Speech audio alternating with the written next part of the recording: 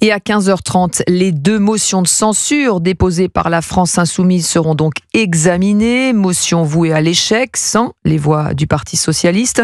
Et pourtant, même isolé, Jean-Luc Mélenchon continue sa stratégie de radicalisation, notamment en allant encore plus loin sur l'immigration. Alexis de la Fontaine. Oui, après avoir vanté la créolisation la semaine dernière, c'est-à-dire la suppression de différentes cultures pour en former une nouvelle totalement déracinée, Jean-Luc Mélenchon enfonce le clou et plaide dorénavant pour un grand remplacement du peuple français. Dans notre pays, 1 personne sur 4 a un grand-parent étranger. 40% de la population parle au moins 2 langues.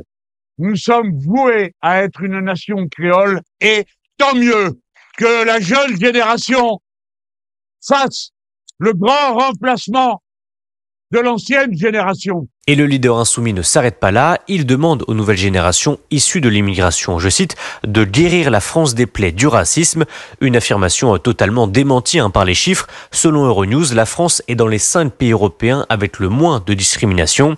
Évidemment, Jean-Luc Mélenchon a minutieusement préparé cette provocation. L'insoumis cherche à coincer les socialistes pile le jour du vote de la motion de censure entre sa position et celle de François Bayrou sur le sentiment de submersion, sachant que le PS va soutenir le Premier ministre. Alexis de la Fontaine du service politique d'Europe 1. 13h.